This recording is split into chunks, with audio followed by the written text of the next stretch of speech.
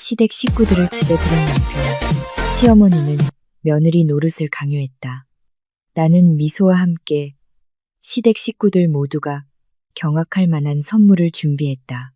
오피스텔 로비의 타일 바닥 위로 캐리어 바퀴가 굴러가는 소리가 유난히 건조하고 피곤하게 들렸다. 꼭 지금 내 심정 같았다.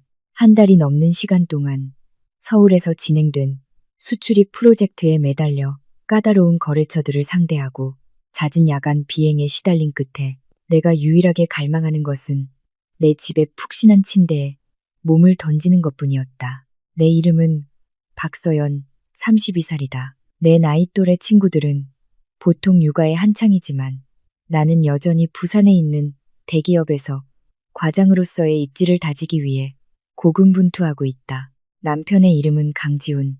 착하지만 때로는 우유부단할 정도로 순한 사람이다. 나는 그 성격이 치열한 업무로 지친 나에게 평화를 준다고 생각했었다. 엘리베이터에 올라 거울에 비친 내 모습을 보았다. 잠을 설쳐 꼬만 얼굴에 다크서클이 짙었지만 눈빛만은 기대감으로 반짝였다. 나는 지훈에게 비행기 도착 시간을 미리 알리지 않았다. 로맨틱한 깜짝 이벤트를 해주고 싶었기 때문이다. 저녁 6시에 맞춰 집으로 배달될 장미 꽃다발과 레드와인도 이미 주문해 두었다. 남편과 함께 저녁을 만들고 일의 고단함을 모두 잊어버릴 생각에 나는 조용히 미소를 지었다. 하지만 1502호 아파트 문 앞에 서자마자 문틈으로 이상한 냄새가 코를 찔렀다. 내가 늘 사용하던 라벤더향 디퓨저 냄새가 아니었다. 기름에 무언가를 튀기는 느끼한 냄새와 된장찌개의 구수한 냄새가 뒤섞여 있었다. 나는 잠시 멈칫했다. 이웃집에서 요리를 너무 과하게 하나 싶었다. 열쇠를 꽂아 돌리자 익숙한 소리와 함께 문이 열렸고 문지방에 들어서는 순간 나는 그 자리에서 얼어붙고 말았다. 미니멀하고 고급스러웠던 나의 거실은 이제 난장판이나 다름없었다. 이탈리아에서 수입한 소파 위에는 시아버지가 속옷 차림으로 누워 발을 티 테이블에 올린 채 이를 쑤시며 엄청난 볼륨으로 TV를 보고 계셨다. 바닥에는 과자 부스러기와 사탕 껍질이 사방에 널려 있었다. 지훈의 막내 여동생인 나래는 소파에 누워 휴대폰을 보고 있었는데 그 발은 내가 보물처럼 아끼는 쿠션 더미 위에 아무렇게나 올려져 있었다. 시어머니가 부엌에서 걸어 나오셨다. 손에는 기름 묻은 국자를 들고 계셨는데 나를 보고는 잠시 놀라셨지만 이내 아무렇지 않은, 심지어는 당당한 표정을 지으셨다. 서연이 왔냐? 일은 며칠 더 걸린다더니 내가 인사하거나 반응할 틈도 없이 내 침실에서 지훈의 남동생인 기태 부부가 지저분한 차림으로 나왔다. 기태는 태연하게 배를 긁으며 나를 훑어보더니 말했다. 형수님, 일찍 오셨네요. 한창 재밌었는데 형수님 오셔서 잠자리가 부족하겠네. 나는 가슴이 답답해지고 온몸에 피가 차갑게 식었다가 다시 부글부글 끓어오르는 것을 느꼈다. 이 집은 나와 우리 부모님이 현금으로 90%를 지불하며 악착같이 모아 마련한 곳이다. 내가 타일 하나, 커튼 하나까지 직접 고른 공간이었다. 그런데 지금은 낯선 6명의 사람들이 점거한 싸구려 하숙집처럼 보였다. 지훈이 욕실에서 나왔다. 손에는 아직 수건을 들고 있었다. 문 앞에서 얼어붙은 나를 보고는 그가 환하게 웃으며 달려와 어깨를 감싸려 했지만 나는 피했다. 서연아, 갑자기 와서 놀랐잖아. 오늘 밤에 전화해서 좋은 소식 알려주려고 했는데 우리 식구들 전부 너랑 나 보러 올라왔어. 기쁘지? 기쁘다고. 나는 지훈의 미소를 보았다. 예전에는 착해 보이기만 했던 그 미소가 지금은 왜 이리도 가식적이고 비겁해 보이는 걸까? 그는 나에게 한마디 상의도 없이 문자 한 통 없이 시골의 가족들을 모두 데려왔다. 내가 없는 사이에 내 사적인 삶을 멋대로 침범한 것이다. 나는 심호흡을 하며 분노로 떨리는 목소리를 애써 진정시켰다. 나는 소리를 지르거나 약자처럼 우는 그런 여자가 아니었다. 비즈니스 세계에서의 경험은 상대방이 갑작스러운 행동으로 우위를 점하려 할 때 가장 냉정한 사람이 이긴다는 것을 가르쳐 주었다. 나는 조용히 하이힐을 벗어 신발장에 정리했다. 그곳은 이제 시댁 식구들의 낡은 슬리퍼와 운동화로 가득 차 있었다. 안으로 들어서자마자 나는 시아버지가 앉아 계신 곳으로 곧장 걸어가 예의는 갖추되 거리를 두며 고개를 숙였다. 아버님, 어머님 오셨어요. 안녕하세요. 시아버지는 TV 화면에서 눈을 떼지 않은 채 무심하게 하고 대답하셨다. 시어머니는 입을 삐죽이며 말했다. 온 지 일주일도 넘었다. 지훈이가 네가 한 달 내내 출장이라 집이 텅 비어 아까우니 우리라도 올라와서 집 좀 덮여주라고 하더구나. 너는 무슨 일을 그렇게 오래 하니? 남편 혼자 집에서 배달 음식이나 시켜 먹게 하고 지훈. 나는 지훈을 돌아보았다. 그는 머리를 긁적이며 어색하게 웃었다. 엄마도 참 서연이가 돈 벌려고 일하는 건데. 서연아, 들어가서 짐 풀고 좀 쉬어. 이따 다 같이 저녁 먹자. 엄마가 시골에서 맛있는 거 많이 가져오셨어. 나는 더 이상 아무 말도 하지 않고 조용히 캐리어를 끌고 안방으로 향했다. 하지만 문을 열고 들어서는 순간 나는 또 한 번 할 말을 잃었다. 우리 부부의 가장 사적인 공간이어야 할 그 방은 싸구려 향수 냄새와 나래 그리고 기태 부부의 가방과 옷가지들로 가득했다. 우리의 신혼침대는 구겨져 있었고 화장대 위에는 내 값비싼 화장품들이 뚜껑이 열린 채 아무렇게나 뒹굴고 있었다. 사람 사이의 최소한의 존중은 이 집에서 완전히 사라져 있었다. 내 안의 분노는 이제 폭발하는 불꽃이 아니라 차가운 빙산으로 변해 있었다. 나는 내가 무엇을 해야 할지 알았다. 만약 그들이 지훈의 우유부단함을 근거로 이곳을 공동의 집으로 여긴다면 나는 진정한 소유권이 얼마나 무거운 것인지를 보여줄 생각이었다. 나는 밖으로 나와 내 공간을 태연하게 점유하고 있는 얼굴들을 마주했다. 지훈은 여전히 나의 동의를 기대하는 눈빛으로 나를 보고 있었다. 나는 그를 보며 미소를 지었다.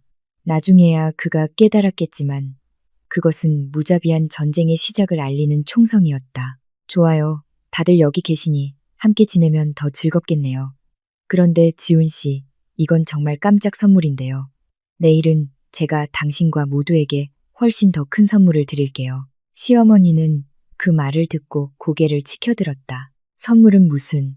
며느리 노릇이나 제대로 해. 아침 일찍 일어나서 시부모님 식사나 잘 차려드리는 게 도리지. 나는 대꾸하지 않고 조용히 휴대폰을 꺼내 부동산 전문 변호사인 친구에게 문자를 보냈다.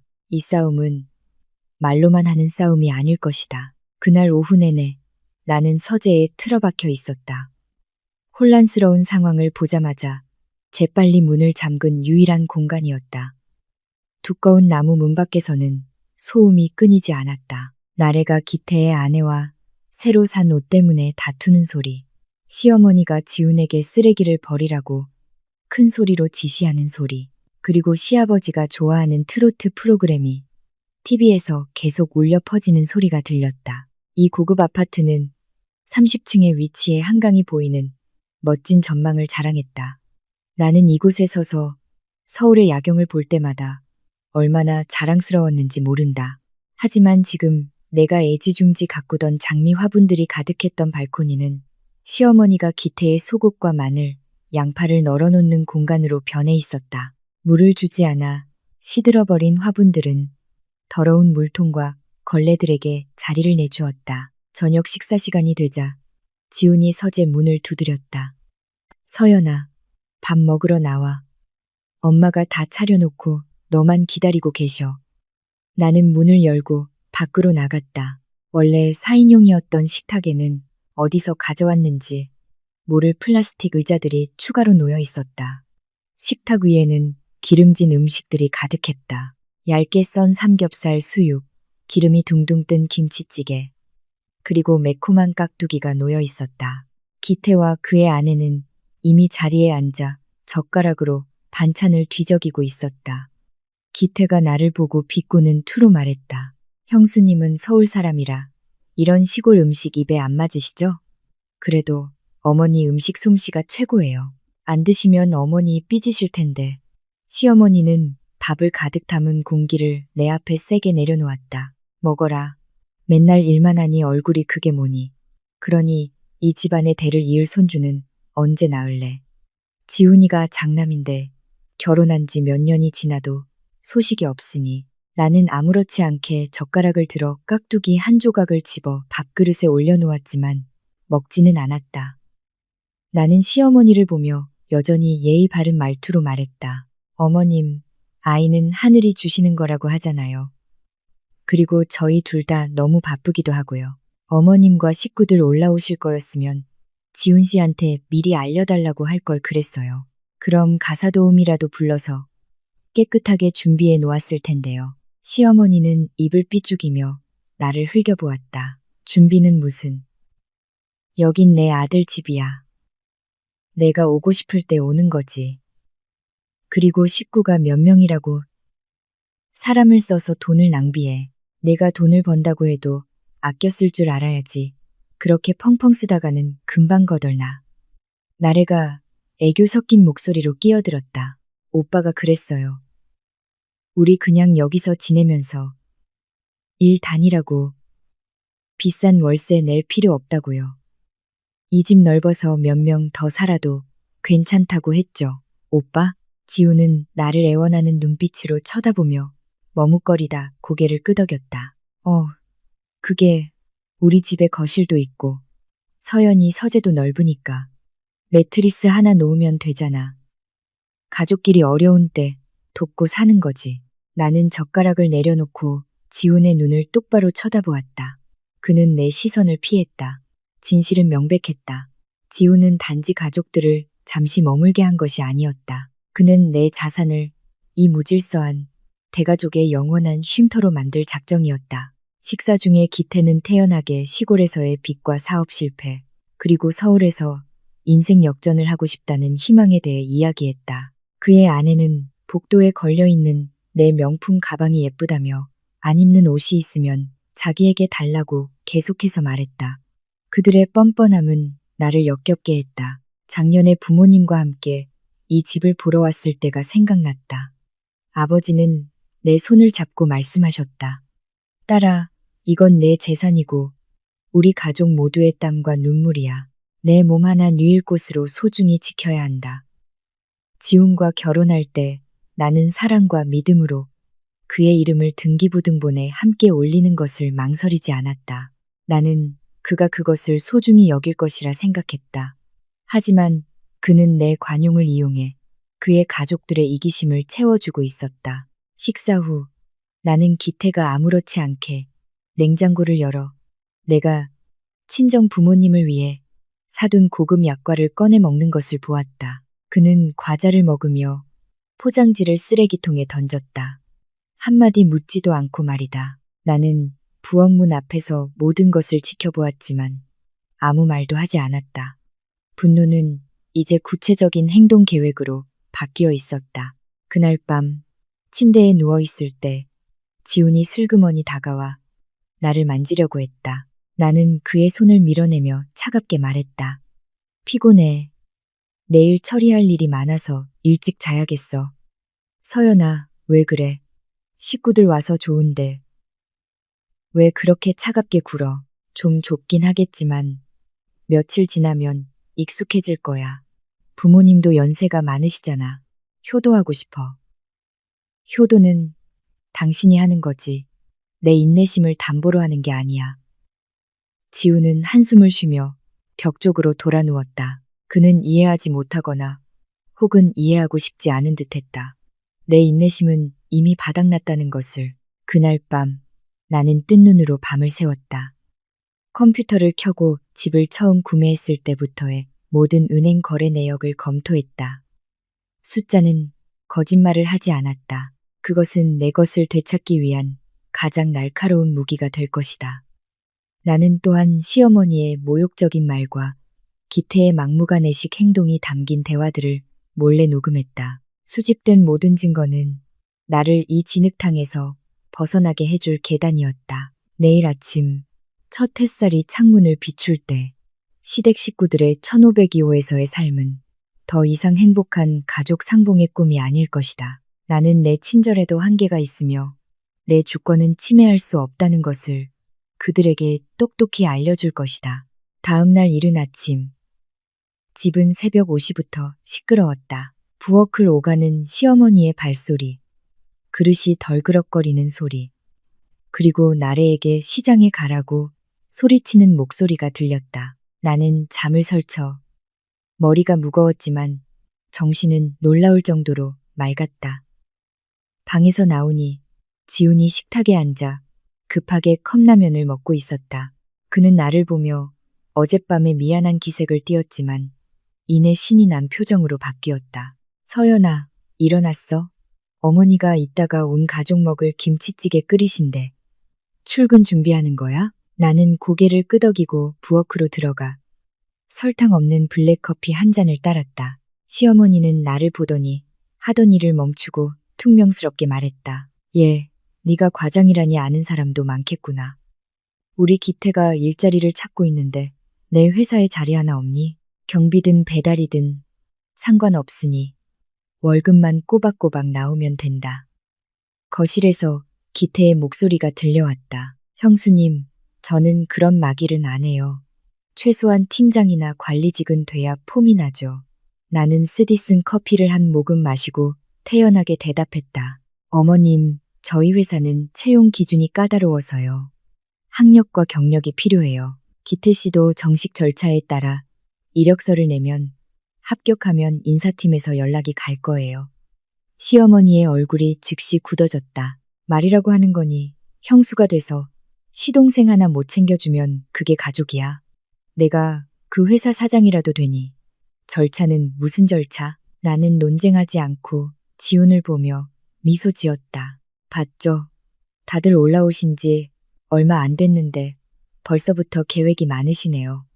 정말 세심하네요, 지훈 씨. 지훈은 내가 진심으로 칭찬하는 줄 알고 희죽 웃었다. 내가 말했잖아. 가족들이 여기 있으니 서로 의지가 된다고. 이번 주말에 다 같이 쇼핑 가서 물건 좀 더 사려고. 내 서재를 기태 부부 침실로 만들면 어떨까 해. 너는 컴퓨터 거실로 옮겨서 일하면 되잖아. 지훈의 말은 내 얼굴에 찬물을 끼얹는 것 같았다. 그는 내 유일한 안식처였던 업무 공간마저 게으른 남동생을 위해 태연하게 빼앗으려 했다. 나는 커피잔을 탁 소리나게 내려놓았다. 부엌 전체가 순간 조용해졌다. 지훈 씨, 정말 내가 그 제안에 동의할 거라고 생각해요? 동의 못할 게 뭐 있어. 부부는 서로를 위해 희생할 줄 알아야지. 나도 가족을 위해서 이러는 거야. 나는 깊은 숨을 들이쉬었다. 목소리는 이상할 정도로 차분했다. 좋아요. 당신이 가족을 그렇게 소중히 여긴다면 나도 당신을 실망시키지 않을게요. 마음의 준비를 하세요. 제 선물이 곧 도착할 테니까요. 정확히 오전 8시. 초인종이 울렸다. 지훈이 신나게 뛰어나가 문을 열었다. 서연이가 보낸 꽃이나 선물 배달 왔나 보네. 하지만 문이 열리자 그곳에 서 있는 사람은 꽃 배달원이 아니었다. 정장을 깔끔하게 차려입고 서류 가방을 든 중년 남성이었다. 그의 얼굴에서는 진지함과 전문성이 묻어났다. 그와 함께 젊은 보조원 한 명이 두꺼운 서류 뭉치를 들고 있었다. 지훈은 어리둥절했다. 실례지만 누구를 찾으시나요? 안녕하십니까? 저는 김진우 변호사입니다. 박서연 씨의 의뢰를 받아 이 아파트의 소유권과 관련된 법적 문제를 해결하기 위해 왔습니다. 시부모님부터 기태 부부, 나래까지 온 가족이 문 앞으로 몰려들었다. 그들의 얼굴에는 호기심이 가득했지만 그 속에는 막연한 불안감도 섞여 있었다. 나는 변호사 옆으로 걸어가 가족들을 한번 훑어보고는 한 글자 한 글자 또박또박 말했다. 모두 거실에 앉아주세요. 오늘 우리는 이 집에 대해 가장 솔직하고 투명하게 이야기할 겁니다. 이게 바로 제가 지훈 씨에게 약속했던 선물이에요. 지훈이 더듬거리며 말했다. 서연아, 너 지금 뭐 하는 거야? 집안일을 왜 변호사까지 끌어들여? 미쳤어? 나는 그를 쳐다보지도 않고 김 변호사에게 시작하라는 신호를 보냈다. 변호사는 서류 뭉치를 열어 빨간 도장이 찍힌 서류들을 꺼내들고 낭낭한 목소리로 읽기 시작했다. 의뢰인 박서연 씨의 요청에 따라 저희는 N 아파트 1502호의 매매 및 대금 지급에 관한 모든 기록을 검토했습니다. 구체적인 내용은 다음과 같습니다. 매입 당시의 아파트의 총 가치는 15억 원이었으며 이 중 박서연 씨의 부모님이 현금으로 지불한 금액이 9억 원입니다. 박서연 씨는 개인 계좌에서 4억 5천만 원을 추가로 지불했습니다. 나머지 1억 5천만 원은 은행 대출이었으며 박서연 씨가 지난 5년간 매달 직접 상환해 왔습니다. 거실은 쥐 죽은 듯 조용했다. 시어머니는 입을 떡 벌린 채 지훈과 나를 번갈아 쳐다보았다. 변호사가 계속해서 말했다. 강지훈 씨의 경우 기록상으로는 초기 인테리어 비용으로 8천만 원을 기여한 것으로 되어 있습니다. 하지만 은행 계좌 내역을 확인한 결과 최근 2년간 강지훈 씨는 부부 공동 계좌에서 불분명한 목적으로 거액을 인출했으며 이는 초기 기여액을 훨씬 초과하는 금액입니다. 지훈의 얼굴이 잿빛으로 변하고 입술이 떨렸다. 기태는 옆에 서서 놀라움에서 두려움으로 표정이 계속 바뀌었다. 김 변호사는 시댁 식구들을 똑바로 쳐다보았다. 따라서 실질적인 자금 흐름상 이 아파트는 90% 이상 박서연 씨의 소유입니다. 강지훈 씨의 이름이 등기부 등본에 올라 있는 것은 혼인 관계에 근거한 것이지만 이것이 대다수 지분을 소유한 소유자의 동의 없이 타인을 거주하게 할 권리가 있다는 것을 의미하지는 않습니다. 시어머니가 그제야 정신을 차린 듯 소리쳤다. 말도 안 돼. 변호사는 무슨, 이 집은 내 아들 집이야. 등기부 등본에 이름이 떡하니 있는데 이 종이 쪼가리들로 우리를 속이려는 거냐. 이 나쁜 며느리 같으니라고. 시댁 식구를 길거리로 내쫓으려고 해?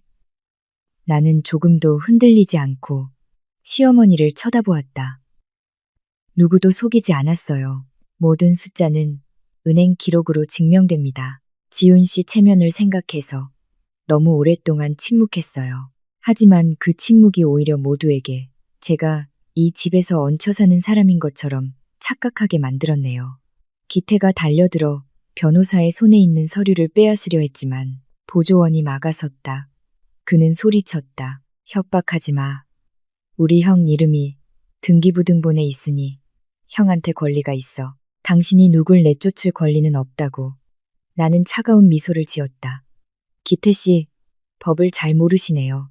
괜찮아요. 잠시 후에 당신 형이 매달 당신에게 꼬박꼬박 보내준 1,000만 원에 대해 이야기할 테니 그때도 당신이 여기서 이렇게 소리칠 자격이 있는지 한번 봅시다. 내 말은 마치 폭탄처럼 터져 나왔다. 기태는 그 자리에 굳어버렸고 얼굴에서 핏기가 가셨다. 지우는 의자에 주저앉아 두 손으로 머리를 감쌌다. 방 안의 공기는 이제 끊어질 듯 팽팽했다. 그리고 나는 이 끔찍한 진실이 끝의 시작에 불과하다는 것을 알았다. 1,000만 원에 대한 내 폭탄 선언 이후 거실은 소름 끼치는 침묵에 휩싸였다. 천장에서 들려오는 에어컨 소리만이 유난히 크게 들렸다. 기태는 그 자리에 얼어붙은 채 나를 보았다가 지훈을 보았다가 마치 숨을 구멍이라도 찾는 듯 바닥을 내려다보았다. 항상 대화의 중심에 서길 좋아했던 시어머니조차 무언가 잘못되었다는 것을 직감했다. 그녀는 의심스러운 눈초리로 막내 아들을 쳐다보더니 내게 쏘아붙였다. 서연아, 그게 무슨 소리냐? 무슨 돈 얘기를 하는 거야? 지훈이가 동생한테 용돈 좀 준 걸 가지고 변호사까지 불러서 이렇게 난리를 쳐야겠니? 형제끼리 돕고 사는 건 당연한 거 아니야. 너 정말 속이 좁구나. 나는 시어머니를 쳐다보지도 않고 여유롭게 테이블로 걸어가 물 한 잔을 마셨다. 그리고 지훈과 기태를 섬뜩하게 만드는 미소를 지으며 말했다. 어머님 말씀이 맞아요. 형제끼리 돕는 건 당연하죠. 하지만 어머님은 지훈 씨가 왜 지난 2년 동안 매달 정확히 1,000만 원씩 기태 씨 계좌로 보내야만 했는지 아세요? 그리고 아무 일도 하지 않는 기태 씨가 어떻게 시골에서 편하게 살다가 이제는 처자식까지 데리고 와서 여기서 아예 살겠다고 하는지 궁금하지 않으세요? 지훈이 고개를 들었다. 눈은 충혈되어 있었고 목소리는 쉬어 있었다. 서연아, 제발. 그 얘기는 우리끼리만 하자. 부모님이나 다른 사람 앞에서 얘기하지 마. 나는 물컵을 테이블에 쾅 소리가 나게 내려놓았다. 다른 사람이요? 내 변호사가 다른 사람이라고요? 그럼 당신 침실을 멋대로 차지하고 냉장고를 거덜내고 당신 아내를 바로 이 집에서 모욕하는 사람들은 가족인가요? 지훈 씨, 내 인내심은 당신과 당신 가족에 의해 이미 산산조각 났어요. 기태가 거짓된 침착함을 되찾으며 소리쳤다. 사람 피를 말리네. 형이 나한테 돈 주는 건 형 마음이지 당신이 무슨 상관이야. 변호사 몇 명 데려왔다고 내가 무서워할 줄 알아? 똑똑히 말해두는데 이 집 등기부등본에 우리 형 이름이 있어. 난 여기서 계속 살 거야. 어쩔 건데? 나는 칼날처럼 날카로운 눈빛으로 기태를 쏘아보았다.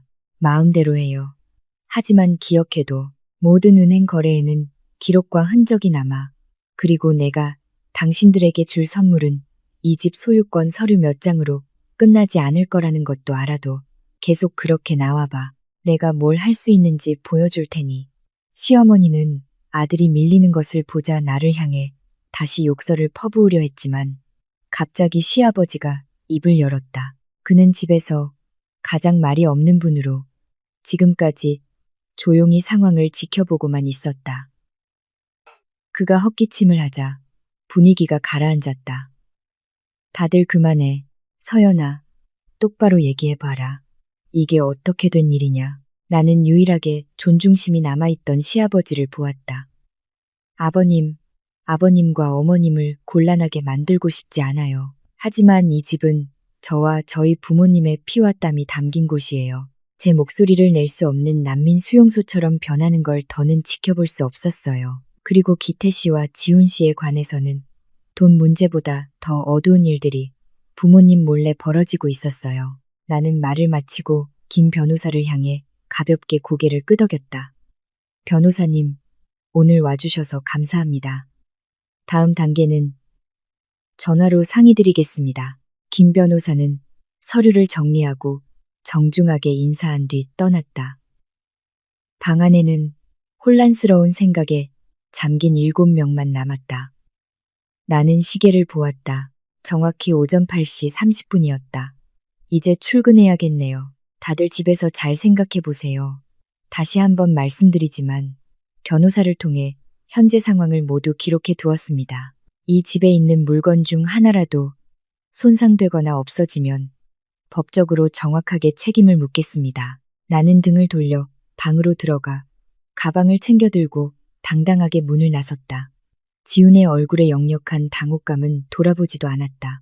오늘 밤 돌아왔을 때 이 집의 분위기는 더욱 끔찍해질 것을 알았지만 그것이 바로 내가 원하는 것이었다. 나는 그들이 두려움을 느끼고 내가 그들의 마음대로 조종할 수 있는 꼭두각시가 아니라는 것을 깨닫기를 바랐다. 나는 보고서를 마무리하기 위해 일부러 늦게까지 회사에 남아 있었다. 하지만 사실은 거실 구석에 몰래 설치해둔 CCTV 앱을 통해 시댁의 움직임을 살피기 위해서였다. 휴대폰 화면을 통해 나는 시어머니가 저녁을 차리면서 욕을 퍼붓는 것을 보았다. 그녀는 나를 돈만 아는 인간 말종이라고 불렀다.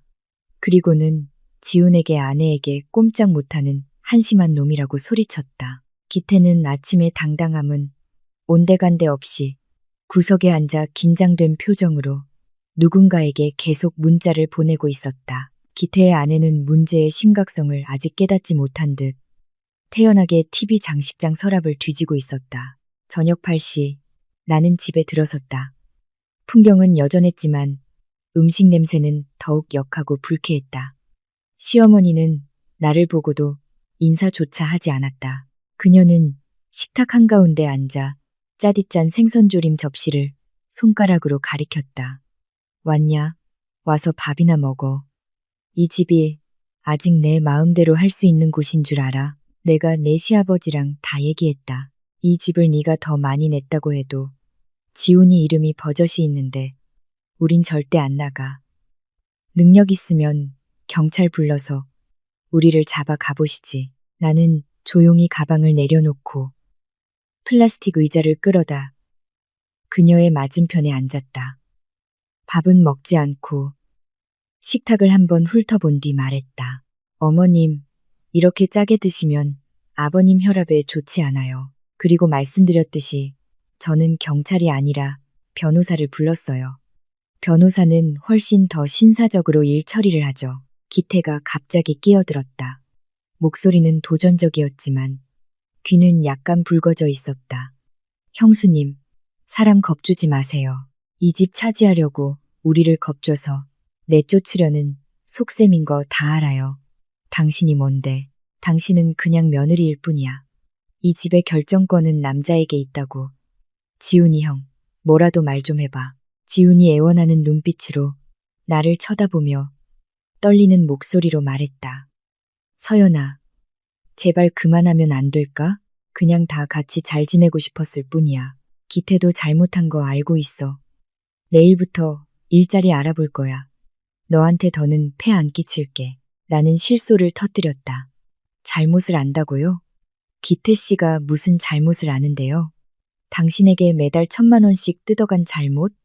아니면 몇 년 동안 빌부터 산 잘못? 시어머니가 식탁을 콱 내리쳤다. 무슨 소리야? 누가 누굴 뜯어먹어? 사람 피를 말리지 마. 내 아들 명예를 훼손하지 말라고. 우리 기태는 어릴 때부터 착했어. 절대 그런 짓 할 애가 아니야. 나는 기태를 쳐다보았다. 그는 턱근육이 튀어나올 정도로 이를 악물고 있었다. 그는 태연하게 일어나 냉장고로 걸어가 내가 마시려고 사둔 수입 생수를 벌컥벌컥 마신 뒤 빈병을 바닥에 던졌다. 말하고 싶은 대로 말해봐. 증거 있어. 말로만 떠들지 말라고. 이 집은 우리 형 집이야. 난 여기서 살 거야. 당신이 뭘 할 수 있는지 한번 보자고. 지금까지 조용히 있던 막내 시누이 나래가 비꼬는 투로 말했다. 새언니, 과장님이라면서 너무 쪼잔한 거 아니에요? 약과 몇 개, 물 몇 병 가지고 그렇게 생색을 내요. 집에 오면서 시부모님 선물 하나 안 사오고 오히려 외부 사람 데려와서 시댁 식구 내쫓으려고 하잖아요. 그렇게 살면 나중에 누가 새언니를 존경하겠어요. 나는 나래와 기태 부부를 보았다. 그들의 뻔뻔함은 극에 달해 있었다. 그들은 내 노력의 결실을 누리는 것을 당연하게 여겼고 나의 모든 저항을 죄악으로 취급했다.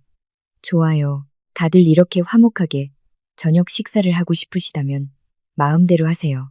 저도 피곤해서 더는 싸울 힘도 없네요. 하지만 미리 경고하는데 내일부터 이 아파트의 전기, 수도, 인터넷을 모두 끊을 거예요.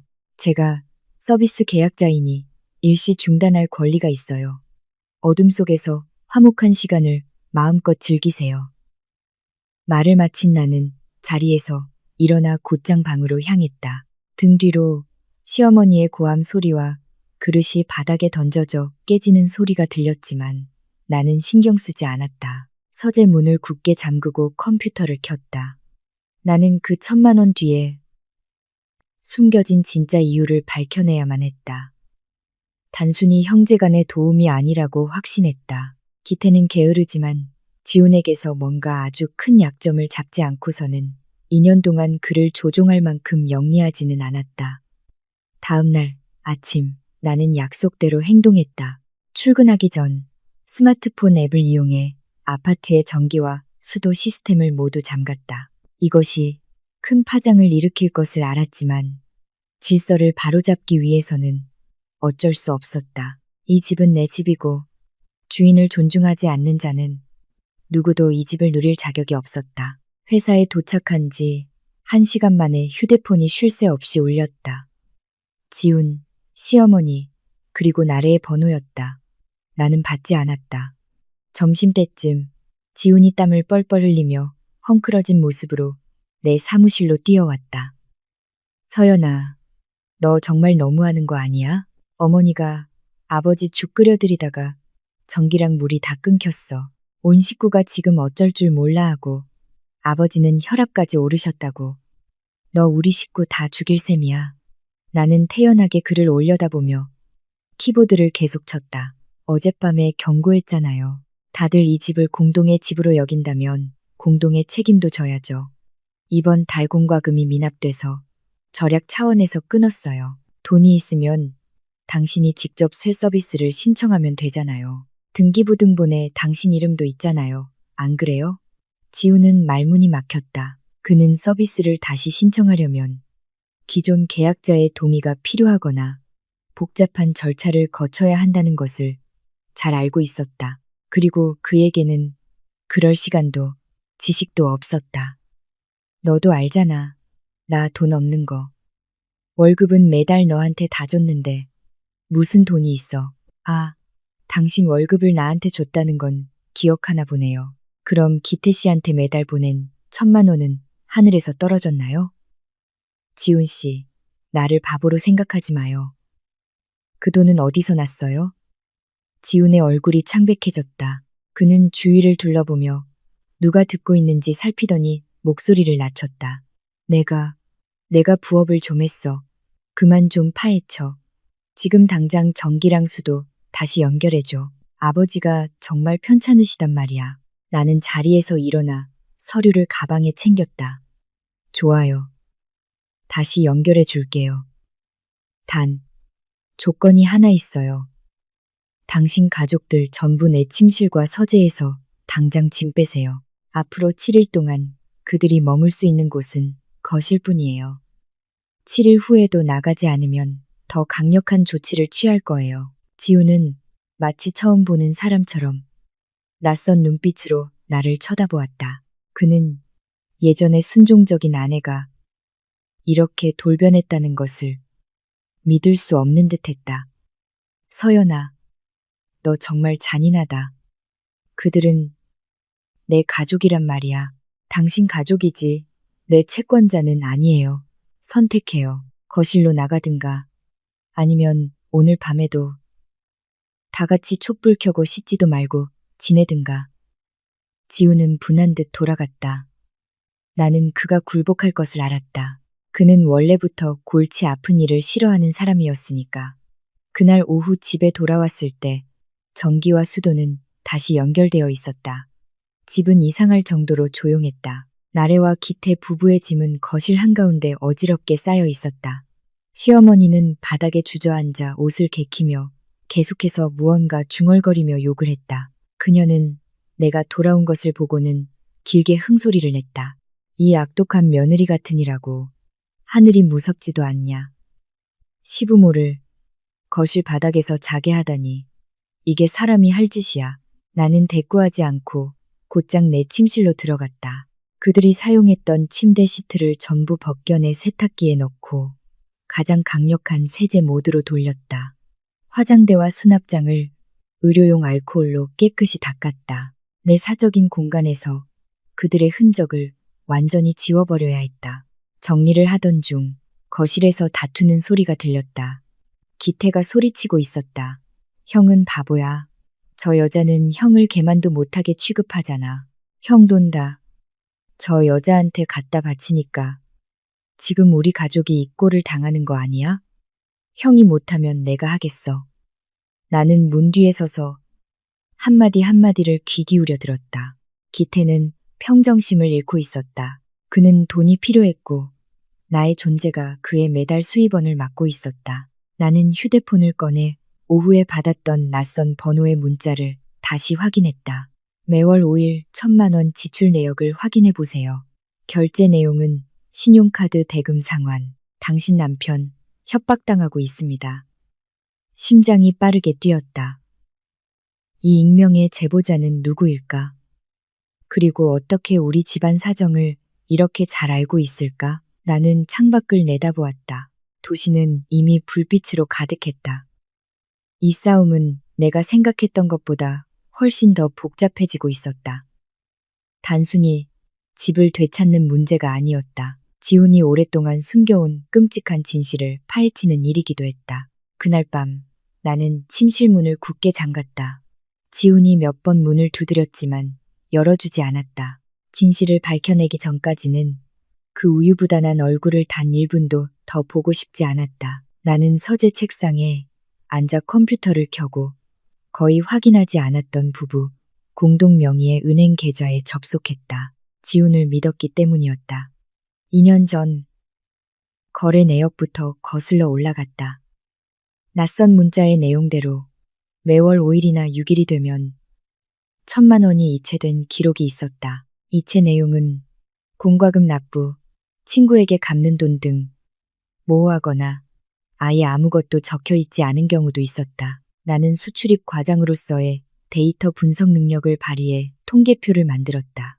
지난 2년간 기태에게 이체된 총액은 2억 4천만 원에 달했다. 하지만 그게 전부가 아니었다. 내가 전혀 알지 못했던 지훈의 신용카드에서 거액의 현금 서비스가 인출된 내역도 있었다. 총 손실액은 6억 원이 넘었다. 6억 원은 결코 적은 돈이 아니었다. 지훈과 같은 기술직 직원의 월급으로는 정당한 이유 없이 그렇게 큰 돈을 쓰거나 줄 수 없었다. 나는 지훈이 서재 컴퓨터에 무심코 저장해둔 그의 예전 이메일들을 뒤지기 시작했다. 빚, 회사, 회계와 관련된 키워드를 검색했다. 그리고 임시 보관함에서 기태라는 이름으로 보내려던 이메일 초안을 발견하고는 온몸이 굳었다. 이메일 내용은 나를 떨게 만들었다. 기태야, 형 좀 그만 괴롭혀. 아버지 일은 이미 해결했어. 그 돈은 내가 어떻게든 회사에 다시 채워 넣을게. 우선 2천만 원 받고 형수님이랑 부모님한테는 아무 말도 하지 마. 드디어 모든 것이 밝혀졌다. 지훈은 2년 전 시아버지의 심장 수술비를 마련하기 위해 회사 공금을 횡령했던 것이다. 그때 나는 해외 출장 중이었다.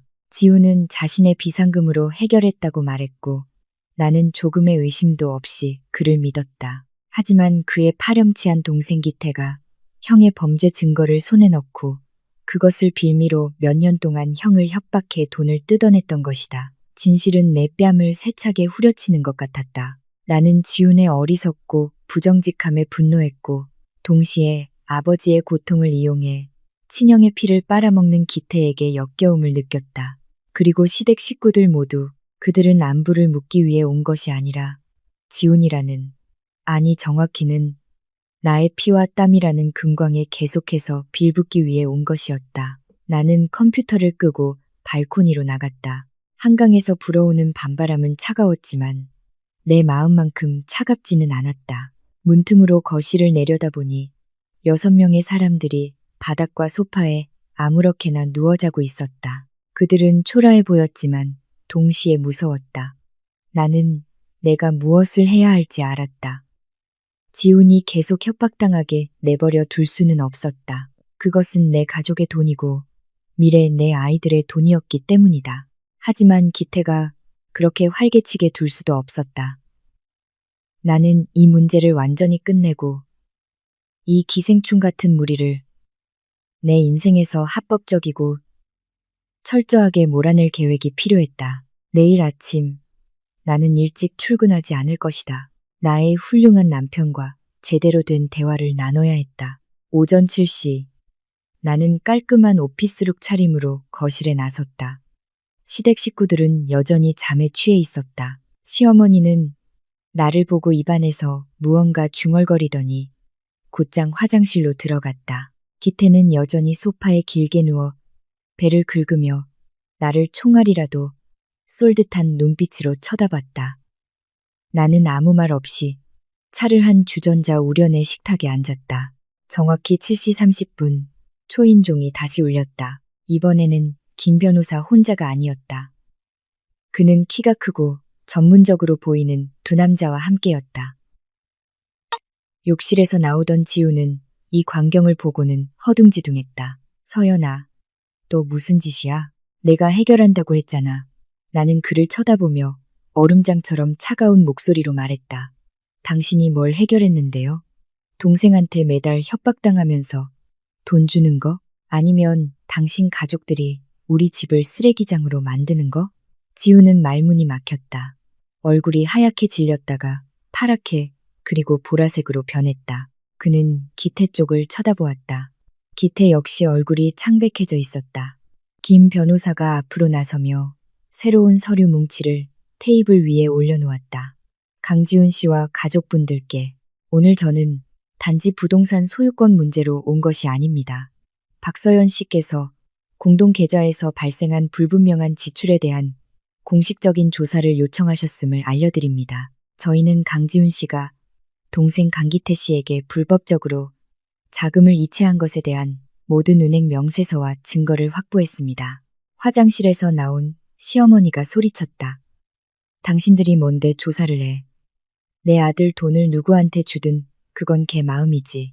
서연아, 너 정말 이렇게까지 정 떨어지게 할 거니? 나는 일어나 그녀의 눈을 똑바로 쳐다보았다. 어머님, 그 돈은 지훈 씨 돈이 아니에요. 그가 회사에서 빌린 돈이고 일부는 이 가정을 위해 쓰여야 할 월급 통장에서 나온 돈이에요. 계속해서 기태 씨를 감싸시면 이 모든 증거를 경찰에 넘기겠어요. 그때는 기태 씨가 공갈죄로 감옥에 갈 뿐만 아니라 지훈 씨도 횡령죄로 직장을 잃게 될 거예요. 그 말에 방아는 순식간에 쥐 죽은 듯 조용해졌다. 시어머니는 온몸을 떨며 부정의 말을 듣고 싶다는 듯 지훈을 쳐다봤지만 지훈은 고개를 숙인 채 어깨를 떨고만 있었다. 기태는 상황이 불리해지자 슬그머니 문 쪽으로 빠져나가려 했지만 변호사와 함께 온 두 남자에게 막혔다. 기태 씨, 어딜 그렇게 급하게 가십니까? 우리가 서명해야 할 계약서가 아직 남았는데요. 나는 변호사에게서 서류 뭉치를 받아 기태 앞 테이블에 던졌다. 똑똑히 들어. 네가 불법 스포츠 도박으로 사채 빚을 진 거 알고 있어. 그리고 지훈 씨가 회사 돈을 빼돌리는 영상을 가지고 협박하는 것도 알고 이제 두 가지 선택지를 주지. 첫째, 이 합의서에 서명하고 마지막으로 돈을 받은 뒤 우리 인생에서 사라져. 그리고 협박에 사용한 모든 증거를 넘겨. 둘째, 내가 지금 당장 경찰에 신고하는 거야. 선택해. 기태는 합의서를 쳐다보고 나를 쳐다보고 그리고 자기 어머니를 쳐다봤다. 그는 자신이 덫에 걸렸다는 것을 알았다. 지훈의 침묵은 내가 한 모든 말이 사실이라는 가장 확실한 증거였다. 끔찍한 진실이 이 고급 아파트 거실 한복판에서 모두 드러났다. 더 이상의 가족 상봉은 없었다. 오직 기만과 탐욕, 그리고 굴욕만이 남았다.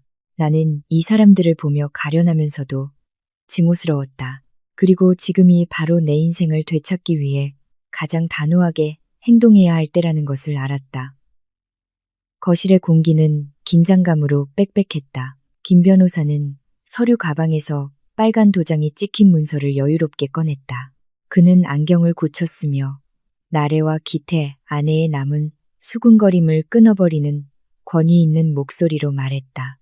가족 여러분께 소유권 및 자금 흐름에 대한 증빙 서류를 확인한 결과 박서연 씨는 이 아파트의 절대적인 지배적 소유주입니다. 강지훈 씨가 박서연 씨의 동의 없이 가족을 거주하게 한 행위는 사생활 및 재산권 침해입니다. 그러나 가족 간의 정을 고려하여 박서연 씨는 매우 인도적인 해결 방안을 제시하셨습니다.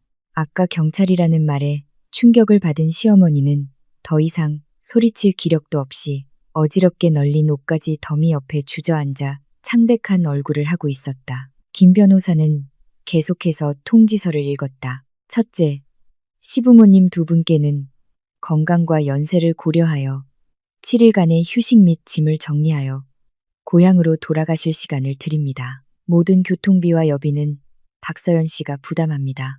둘째, 강기태 씨 부부와 강나래 씨는 오늘로부터 정확히 14일 후에 이곳에서의 거주가 종료됩니다. 이 기간 이후에도 자발적으로 이주하지 않을 경우 저희는 법률에 따라 보안 요원 및 관계 당국의 개입을 요청할 수밖에 없습니다. 기태가 벌떡 일어섰다. 그의 눈에는 핏발이 서 있었다. 그는 내 얼굴에 손가락질하며 분노로 쉰 목소리로 외쳤다. 진짜 우리를 길거리로 내쫓을 셈이야? 지훈이 형, 봤어? 형 와이프가 형 부모님, 형 동생들을 개 쫓아내듯 하는데도 그렇게 바보처럼 가만히 있을 거야? 지훈은 감히 고개를 들지 못했다. 그는 그저 두 손을 꽉 쥐고 앉아 있을 뿐 손마디가 하얗게 질려 있었다. 나는 기태에게 다가갔다. 거리는 한 걸음 정도였다. 나는 조금의 두려움도 없이 그의 눈을 똑바로 쳐다보았다. 기태 씨, 다시 한번 말하지만 이건 내가 이 가족에게 베푸는 마지막 관용이야. 14일은 당신처럼 건강한 사람이 저렴한 월세방을 구하기에 충분한 시간이야. 당신 형의 마지막 남은 명예를 지키고 싶고 당신 자신이 공갈 협박죄로 고소당하고 싶지 않다면 입 다물고 따르는 법을 배우는 게 좋을 거야. 지금까지 명품 가방을 꼭 껴안고 있던 기태의 아내가 갑자기 신랄한 목소리로 끼어들었다. 형수님, 정말 대단하시네요. 돈 있고 권력 있으니 좋겠어요. 하지만 인생에는 인과응보라는 게 있다는 걸 기억하세요. 시댁에 이렇게 대하면 나중에 아무도 형수님을 거들떠보지도 않을 거예요. 나는 그녀를 돌아보며 옅은 미소를 지었다. 내 걱정이나 먼저 해. 기태 씨가 더 이상 지훈 씨에게서 돈을 빼내지 못하면 그 가짜 명품 치장을 어떻게 유지할지 궁금하네.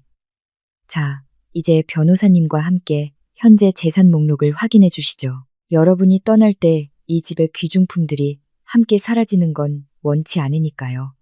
내가 뱉는 말 한마디 한마디는 그들의 마지막 희망을 잘라내는 칼날 같았다. 나는 시아버지의 눈에서 절망을 보았다.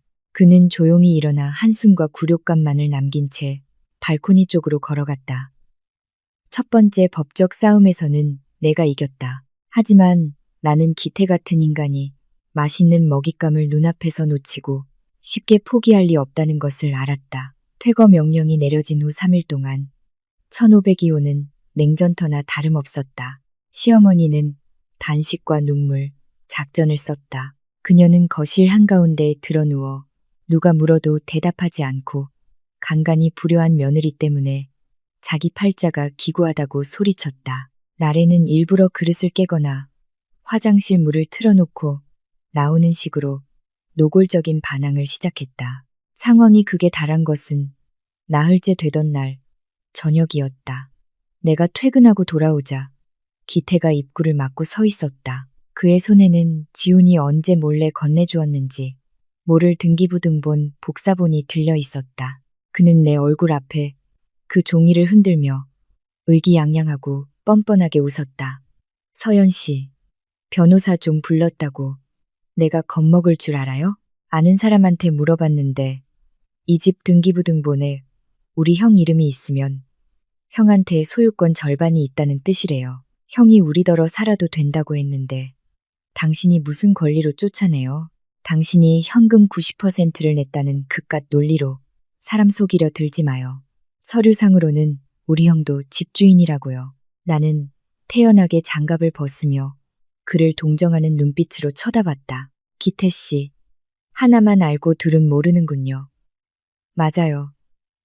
지훈 씨 이름이 등기부 등본에 있죠. 하지만 혼인 기간 중에는 내가 언제든 공동 재산 분할을 청구할 수 있다는 건 몰랐나 보네요. 지훈 씨가 내 동의 없이 공동 재산을 당신의 개인적인 빚을 갚는데 쓴 증거들을 가지고 있다면 법원의 판결은 당신 생각과는 아주 다를 거예요. 기태가 내게 바싹 다가섰다. 그의 입에서는 담배 냄새가 확 풍겼다. 나한테 도전하지 마. 똑똑히 말해두는데 만약 당신이 끝까지 가면 나도 형이 회사 돈 빼돌리는 영상을 인터넷에 올릴 거야. 그때 가서 당신 과장 자리가 무사할지 당신 형 목숨이 무사할지 한번 보자고. 당신이 나를 이길 것 같아? 나는 잃을 게 없지만 당신은 잃을 게 아주 많다고 등골을 따라 오싹한 기운이 흘렀다. 이 기생충 같은 인간의 공격성은 막다른 골목에 다다랐다. 그는 더 이상 착한 동생인 척하지 않고 이빨과 발톱을 드러낸 굶주린 짐승의 본 모습을 보여주었다. 지금 나를 협박하는 건가요? 공갈과 협박이 형사 범죄라는 건 알아요? 형사 범죄든 뭐든 상관없어. 나는 돈이 필요하고 이 도시에서 살 곳이 필요해. 당신 그렇게 부자면서 왜 우리 형제한테 그렇게 쪼잔하게 굴어? 지훈이 형이 여기서 살게 해준다고 약속했으니 나는 죽을 때까지 여기서 살 거야. 바로 그때 부엌에서 지훈이 뛰쳐나왔다. 동생이 아내에게 달려드는 것을 보고는 허둥지둥 기태를 끌어당겼다. 기태야, 너 뭐 하는 거야? 그만두지 못해? 형수님 말이 맞아. 너 다른 곳 알아봐. 내가 나중에 돈 좀 보태줄게. 기태가 돌아서서 지훈의 뺨을 세차게 때렸다. 짝 하는 건조한 소리가 울려 퍼지며 방 안은 순식간에 조용해졌다. 시어머니와 나래가 방에서 뛰쳐나와 눈앞의 광경을 보고 경악했다. 입 닥쳐, 이 비겁한 놈아. 저 여자한테 무서워서 남자로서의 자존심도 다 버렸냐? 나는 아무 데도 안 가. 저 여자가 나한테 뭘 할 수 있는지 한번 보자고. 기태는 지훈의 손을 뿌리치고 마치 자신이 이 집의 주인인 양 소파로 성큼성큼 걸어가 벌러덩 누워버렸다. 나는 붉게 부어오른 뺨을 감싸쥔 지훈을 보았다. 남편의 극에 달한 우유부단함을 보며 나는 내가 처음에 베풀었던 인간적인 배려가 잘못된 곳에 쓰였다는 것을 깨달았다. 이런 불량배 같은 자들에게는 무자비함만이 유일한 해독제였다. 그날 밤의 소동 이후 나는 서재 문을 닫고 밖으로 나가지 않았다. 생각이 필요했다. 기태는 분명 지훈을 완전히 마비시킬 만큼 강력한 패를 쥐고 있었다. 내가 그 패를 무력화시키지 못하면 이 싸움은 계속될 것이고 모두에게 상처만 남길 것이다. 밤 11시 휴대폰이 다시 울렸다. 이전에 문자를 보냈던 그 낯선 번호였다. 이번 문자 내용은 내 등골을 서늘하게 했다. 그가 가지고 있는 횡령 서류 원본은 당신 남편이 자주 모는 자동차의 비밀 수납 공간에 있습니다. 기태는 마지막 도박 빚을 갚을 돈을 뜯어낸 후에야 떠날 생각입니다. 그가 회사 내 당신의 경쟁자에게 정보를 팔기 전에 빨리 움직이세요. 나는 깜짝 놀랐다. 이 익명의 제보자는 우리 삶의 구석구석을 훤히 꿰뚫고 있는 듯했다. 누가 지훈의 차에 접근할 수 있을까? 누가 기태의 도박 빚에 대해 알고 있을까? 한 가지 생각이 머리를 스쳤다. 기태의 친구이거나 아니면 지훈의 회사 동료 중 불의를 참지 못하는 사람일 수도 있다. 누구든 이것은 매우 귀중한 단서였다. 나는 조용히 문틈으로 밖을 살폈다. 거실은 불이 꺼져 있었고 시아버지의 코 고는 소리와 소파에서 들려오는 기태의 거친 숨소리만 들렸다. 지훈은 내 침실 문 근처 바닥 구석에서 몸을 웅크리고 있었다. 그는 참으로 초라하고 가련해 보였지만 그의 기만은 내가 그를 위해 문을 열어줄 만큼의 관용도 남겨두지 않았다. 나는 휴대폰을 들어 김 변호사에게 문자를 보냈다. 내일 우리 부부 공동 명의의 자동차를 가장 빠른 시일 내에 매각할 수 있도록 절차를 도와주세요. 기태 문제를 해결할 방법을 찾았습니다. 다음 날 아침, 나는 평소보다 일찍 일어났다. 부엌으로 곧장 가서 따뜻한 차 한 잔을 탔다. 시어머니는 나를 보고 비꼬는 말을 하려 했지만 내가 먼저 말을 막았다. 어머님, 오늘 지훈 씨 차를 팔 거예요. 차를 판 돈으로 기태 씨 빚을 갚아주고 부모님 고향 가실 여비를 마련해 드릴게요. 아드님을 위하신다면 기태 씨에게 지훈 씨를 협박하는데 사용하고 있는 모든 것을 내놓으라고 말씀하세요. 시어머니는 어안이 벙벙했다. 차를 판다고 그건 지훈이가 출퇴근할 때 쓰는 차인데 그럼 걔는 뭘 타고 다녀? 버스나 택시를 타면 되죠. 어머님. 빚더미에 앉아 감옥 갈 위기에 처한 사람이 자가용을 탈 필요는 없잖아요. 어머님께서 기태 씨에게 잘 말씀해 주세요. 이게 그가 사채의 빚을 갚을 돈을 마련할 마지막 기회라고요. 그러지 않으면 내일 이곳을 찾아오는 사람은 변호사가 아니라 그의 채권자들이 될 테니까요. 말을 마친 나는 넋이 나간 표정으로 서 있는 그녀를 뒤로했다. 나는 기태가 모든 것을 듣고 있다는 것을 알았다. 그는 돈에 환장한 놈이고 이 미끼는 분명 그를 흔들리게 할 것이다. 나는 기태가 증거를 빼돌리기 전에 차 안의 그 비밀 수납 공간을 찾아야만 했다. 그날 회사에서 온종일 마음이 불타는 듯했다. 중고차 매입 업체와 연락해 그날 저녁 바로 오기로 약속을 잡았다. 아파트 관리실에도 지하 주차장에 있는 우리 차를 특별히 주시해달라고 요청했다.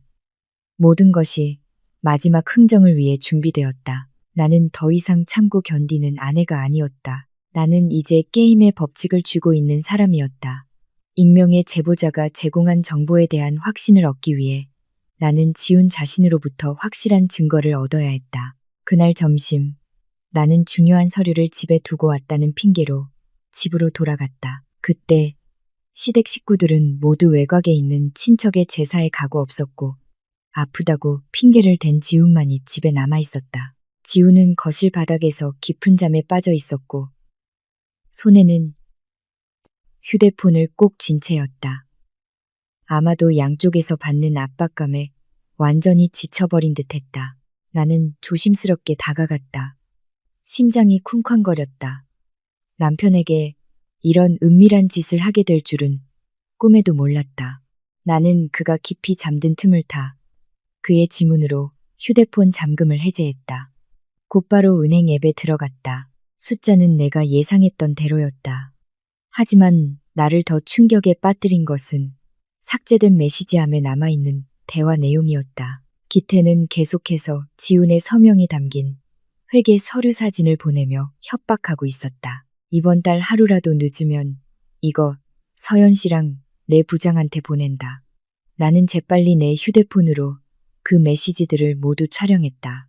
그리고 통화 기록을 확인해 보니 지훈이 회계팀장이라고 저장된 번호와 자주 통화한 것을 발견했다. 지훈은 단 한 번만 돈을 빼돌린 것이 아니었다. 그는 그 구멍을 메우기 위해 사방에서 돈을 빌리려 했지만 역부족이었던 것이다. 갑자기 지훈이 몸을 뒤척였다. 나는 깜짝 놀라 휴대폰을 떨어뜨릴 뻔했다. 그가 눈을 뜨고는 어리둥절하고 두려움에 찬 표정으로 나를 보았다. 서연아, 언제 왔어? 왜 내 휴대폰을 들고 있어? 나는 일어나 그에게 휴대폰을 돌려주었다. 목소리는 무서울 정도로 평온했다. 서류 가지러 왔어요. 그리고 방금 당신 동생이 당신을 협박한 모든 증거를 저장하는 것도 도와줬네요. 지훈 씨, 대체 왜 나한테 한마디도 없이 이런 수렁에 빠진 거예요? 그에게 계속 돈을 주면 해결될 거라고 생각했어요? 지훈이 벌떡 일어나 앉았다. 얼굴이 새하얗게 질려 있었다. 그는 머리를 감싸 쥐며 목 메인 소리로 말했다. 미안해. 내가 잘못했어. 나는 그냥 아버지를 돕고 싶었어. 그리고 바로 회사에 돈을 갚으려고 부업을 할 생각이었어. 그런데 기태가 그걸 알고는 내 가방에 있던 서류를 다 가져갔어. 그놈이 협박하는데 너무 무서웠어. 네가 나를 무시할까봐, 내가 나를 떠날까봐 두려웠어. 당신의 그 숨기는 행동이야말로 내가 당신을 무시하게 만드는 이유예요. 보세요. 당신의 우유부단함 때문에 당신 가족이 이 집을 망가뜨리고 있잖아요. 기태 씨가 사채 빚을 진 건 알아요? 그는 당신이 아무것도 남지 않을 때까지 피를 빨아먹을 거예요. 나는 그에게 차가운 시선을 던지고 서재로 들어갔다. 증거는 충분했다. 이제 내가 해야 할 일은 자동차에 숨겨진 서류 원본을 손에 넣는 것이었다. 그것만 있으면 나는 완전히 우위에 서게 될 것이다. 나는 이 결혼 생활에서 내 경력에 너무 몰두한 나머지 남편의 어두운 면을 돌보지 못했다는 것을 깨달았다. 하지만 그렇다고 해서 그가 우리 가족의 안위를 도박에 걸 권리가 있다는 의미는 아니었다. 나는 이번 한 번만 그를 구해주기로 했다. 사랑이 뜨겁게 남아있어서가 아니라 내 인생이 기태 같은 파렴치한 자들에게 더럽혀지는 것을 원치 않았기 때문이다. 늦은 오후, 노을이 고층 빌딩 뒤로 사라질 무렵 나는 긴급하게 요청했던 은행의 추가 거래 명세서를 받았다. 서류 뭉치를 손에 들고 나는 사무실 의자에 주저앉았다. 숫자는 내가 자체적으로 통계낸 것보다 훨씬 더 명확하고 끔찍했다. 지훈이 지난 2년 동안 기태와 정체불명의 계좌들로 이체한 총액은 2억 5천만 원이 아니라 거의 6억 원에 달했다. 내가 프로젝트 보너스를 받거나 우리 부모님이 생활비로 돈을 보내주신 직후에 큰 금액이 이체된 내역도 있었다. 지훈은 내 서명을 위조하여 공동 적금 계좌에서 현금을 인출하기까지 했다. 하지만 가장 끔찍한 사실은 몇몇 불법 도박 사이트의 채무 상환 거래 내역에 있었다. 기태뿐만 아니라 지훈 역시 동생의 꼬드김에 넘어가 도박의 템에 빠져 있었던 것이다. 그는 아버지를 위한다는 명목으로 회사 공금을 횡령했을 뿐만 아니라 그 돈을 그 파렴치한 동생과 함께 검은 돈판에 쏟아부었던 것이다. 구역질이 났다. 이 진실은 내 상상을 초월할 정도로 역겨웠다. 내가 순하고 조금 우유부단하다고만 생각했던 남편은 사실은 상습적인 거짓말쟁이였다. 그는 자신의 범법 행위와 악습을 숨기기 위해 감동적인 효자, 연극을 벌였던 것이다. 거실에서 다시 시끄러운 소리가 들려왔다. 시댁 식구들이 제사를 마치고 돌아온 것이었다. 기태의 호탕한 웃음소리가 들렸다. 시어머니가 부자 며느리를 둔 덕에 사람들이 자신을 부러워했다며 자랑하는 소리도 들렸다. 그들은 이 모든 것이 곧 끝날 것이라는 사실을 전혀 모른 채 여전히 이 호화로운 생활을 태평하게 즐기고 있었다. 나는 거래 명세서 뭉치를 들고 방문을 열고 나갔다. 식탁에서 넋놓고 앉아있는 지훈에게로 곧장 걸어갔다. 나는 서류 뭉치를 테이블 위에 세게 내리쳤다. 지훈 씨, 이 돈들에 대해 어떻게 설명할 건가요? 도박 빚 상환은 뭐죠? 당신도 그 더러운 짓에 가담했던 거죠? 시댁 식구들 모두가 그 자리에서 굳었다. 과일을 입에 넣으려던 기태는 손을 멈췄고 그의 눈에는 불안감이 스쳤다. 지훈은 거래 명세서를 보고는 얼굴에서 핏기가 완전히 가셨다. 그는 더듬거렸다. 서연아, 네가 생각하는 그런 게 아니야. 나는 그냥 기태가 돈을 되찾아서 우리를 더는 괴롭히지 않게 하려고 도왔을 뿐이야. 맹세코, 나는 그딴 거에 흥미 없어. 되찾게 돕는다고요? 미쳤어요? 당신은 내 돈, 회사 돈을 가지고 도박 중독자를 위해 빚을 갚아줬단 말이에요. 당신이 이 집을 완전히 망가뜨렸다는 건 알아요? 시어머니가 달려와 서류 뭉치를 낚아챘지만 복잡한 은행 숫자들이 무엇을 의미하는지 알 턱이 없었다. 그녀는 소리쳤다. 또 무슨 짓이야? 또 종이 쪼가리 가져와서 내 아들을 협박하는 거니? 걔가 뭘 했든 걔는 내 남편이야. 돕지는 못할 망정 이렇게 몰아세우기나 하고. 나는 그녀를 쳐다보았다. 눈에는 역겨움이 가득했다. 어머님 막내 아들이 큰아들을 범죄의 길로 끌어들였다는 건 아세요? 6억 원이에요. 회사가 알게 되면 지훈 씨는 감옥에 가야 해요. 그때 어머님은 뭘로 그를 구하실 건가요? 어머님의 그 고함으로요? 아니면 기태 씨의 뻔뻔함으로요? 기태가 갑자기 일어나 비웃었다. 형수님, 참 아는 것도 많으시네. 맞아요. 저랑 형이랑 몇 판 했어요. 그래서 뭐요? 돈은 이미 다 날아갔는데 지금 우리를 죽인다고 해도 돈은 못 돌려받아요. 차라리 돈을 더 줘요. 그럼 내가 사라져주고 모든 증거도 없애줄게. 그러지 않으면 나랑 지훈이 형이랑 같이 나락으로 떨어지는 거야. 과장님인 당신이 그런 스캔들을 감당할 수 있을지 한번 보자고. 나는 기태를 보고 그리고 지훈을 보았다. 내 안의 역겨움은 극에 달했다. 나는 더 이상 이 가족의 누구도 구할 필요가 없다는 것을 깨달았다. 나는 단지 나 자신과 내 재산만 구하면 되었다. 좋아요. 돈을 원한다고요? 오늘 저녁 내가 저 차를 판 후에 법무사 사무실에서 마지막으로 흥정을 하죠. 당신이 가지고 있는 모든 걸 가져와요. 종이 한 장이라도 빠지면 단 한 푼도 받지 못할 줄 알아요. 나는 등을 돌려 방으로 들어갔다. 등 뒤에는 시댁 식구들의 극심한 혼란만이 남았다. 계획은 이미 진행 중이었다. 나는 지훈이 남긴 마지막 재산을 이용해 나의 자유를 사고 이 무리를 내 인생에서 영원히 몰아낼 것이다. 고급 오피스텔 옥상에서 부는 바람이 내 셔츠 자락을 세차게 흔들었다. 나는 난간에 등을 기댄 채 도시를 가로지르는 빛나는 실타래 같은 자동차 행렬을 내려다보았다. 지훈이 내 뒤로 다가왔다. 그의 발걸음은 마치 사형을 기다리는 죄수처럼 무겁고 주저했다. 나는 돌아보지 않았다.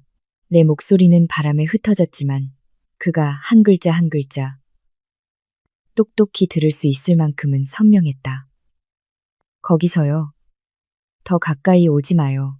당신에게서 나는 거짓말 냄새에 숨이 막힐 것 같으니까. 지우는 나에게서 5미터쯤 떨어진 곳에 멈춰섰다. 그의 목소리는 후회로 가득 차 떨렸지만 지금 나에게는 그저 경멸스러운 나약함일 뿐이었다. 서연아, 널 볼 낯이 없는 거 알아. 하지만 제발 마지막으로 한 번만 내 설명 좀 들어줘. 난 돈에 미친 놈이 아니야. 그때 아버지가 급하게 심장 수술을 받으셔야 했고 수술비가 몇 억이나 나왔어. 너는 중요한 프로젝트 때문에 해외에 나가 있었고 널 걱정시키고 싶지 않아서 회사 비상금을 먼저 쓰는 위험을 감수했어. 나는 칼날 같은 눈빛으로 그를 돌아보았다. 아버지를 위해서요. 아니면 기태와 함께 도박판에 돈을 쏟아부으려고요. 내가 서류상의 숫자만 아는 바보인 줄 알아요? 난 이미 다 알아요. 당신은 6억을 빼돌렸고 아버지 수술비는 2억 조금 넘게 들었죠. 그럼 나머지 4억은 어디 갔어요? 기태에게 줘서 도박하게 했죠. 그러다 다 잃으니까 두 형제가 같이 공갈과 은폐의 길로 들어선 거 아니에요. 지훈이 옥상 바닥에 주저앉았다. 두 손으로 얼굴을 감싸자 손가락 사이로 흐느낌이 터져나왔다. 내가 잘못했어. 기태가 만약 내가 사채 빚을 갚아주지 않으면 내가 회사 돈을 빼돌린 사실을 사장님께 알리겠다고 했어. 직장을 잃고 감옥에 갈까봐 너무 무서워서 그놈 입을 막으려고 매달 1,000만 원씩 줄 수밖에 없었어. 나는 덫에 걸린 물고기 같았어. 발버둥 칠수록 그놈의 밧줄은 더 꽉 조여왔어. 나는 다가가 내 발밑에서 비참하게 무너져 있는 한때 내 남편이었던 남자를 내려다보았다. 내 아내 연미는 이미 역겨움에 잠식당한 지 오래였다. 당신은 죄인이야, 지훈 씨. 당신은 내 믿음을 배신했을 뿐만 아니라 당신 동생 안에 악마가 자라나도록 도왔어. 내가 이걸 발견하지 못했다면 당신 가족이 나를 얼마나 깊은 구렁텅이로 끌고 갔을지 상상이나 가요. 지훈이 나를 올려다보았다. 그의 눈에는 애원이 가득했다. 서연아, 나 좀 구해줄 수 없을까? 기태 손에서 그 서류들만 되찾으면 평생 당신 빚을 갚으며 살게. 내가 원한다면 고향으로 돌아가서 내 눈앞에서 사라질게. 제발, 감옥만은 가게 하지 말아줘. 나는 치밀어 오르는 분노를 억누르기 위해 깊은 숨을 들이마셨다. 내가 당신을 구하는 건 더 이상 당신이 내 남편이라서가 아니에요. 우리 부모님이 범죄자 사위를 뒀다는 수치를 당하게 하고 싶지 않아서예요. 그리고 저 기생충 같은 무리를 내 집에서 가장 깨끗하게 몰아내고 싶어서예요. 지금 당장 내려가서 차 키를 줘요. 내일 아침에 차를 팔 거예요. 그 4억이 당신의 자유와 이 집의 평화를 사는 대가가 될 거예요. 지훈이 비틀거리며 일어섰다. 그는 기계처럼 고개를 연신 끄덕였다. 그가 앞서고 내가 뒤를 따랐다. 대화가 끝나는 순간 나는 그에 대한 감정에 공식적으로 사망 선고를 내렸다. 이제부터 나와 그 사이에는 오직 뒷수습을 위한 계약 관계만이 남을 뿐이었다. 다음 날 아침 나는 출근하지 않았다. 거실에서 기태의 험악한 얼굴과 시어머니의 불안한 얼굴을 마주하고 앉았다. 차키는 테이블 위에 놓여 있었다. 매입 업체와는 이미 연락을 마쳤고 2시간 안에 돈을 가지고 오기로 했다. 나는 기태를 쳐다보며 단호하게 말했다. 기태 씨, 지훈 씨와 합의했어요. 이 차는 4억에 팔 겁니다. 그 돈 전부를 당신에게 주는 대신 2가지를 받아야겠어요. 첫째, 지훈 씨의 횡령 증거, 서류 원본. 둘째, 그를 협박하는데 사용한 모든 영상과 녹음 파일. 동시에 돈을 모두 받았으며 다시는 지훈 씨를 괴롭히거나 협박하지 않겠다는 법적 효력이 있는 합의서에 서명해야 해요. 기태가 비웃으며 눈을 번뜩이며 차키를 쳐다보았다. 4억이라고요? 형수님, 우리 형의 목숨과 경력을 그렇게 헐값에 사려고요? 나는 6억은 받아야겠어요. 나는 일어나 차키를 핸드백에 넣고 옆에 앉아있던 김 변호사에게 말했다. 변호사님, 범죄 고소장 준비해 주세요. 차는 팔지 않기로 했습니다. 이 돈으로 지훈 씨의 횡령죄에 대해 변호할 최고의 변호사들을 고용하겠어요. 동시에 강기태를 공갈 및 재산 강탈 혐의로 고소하겠습니다. 지난 2년간 매달 1,000만 원씩 뜯어간 걸로 계산하면 기태 씨는 최소 10년은 징역을 살게 될 거예요. 기태의 얼굴이 굳었다. 그는 내가 이렇게 빨리 판을 뒤집을 줄은 몰랐던 것이다. 그는 도움을 바라는 눈빛으로 어머니를 쳐다봤지만 시어머니 역시 떨고 있었다. 그녀는 내가 더 이상 농담을 하는 게 아니라는 것을 깨달았다. 아, 알았어요, 알았어. 형수님, 화 좀 푸세요.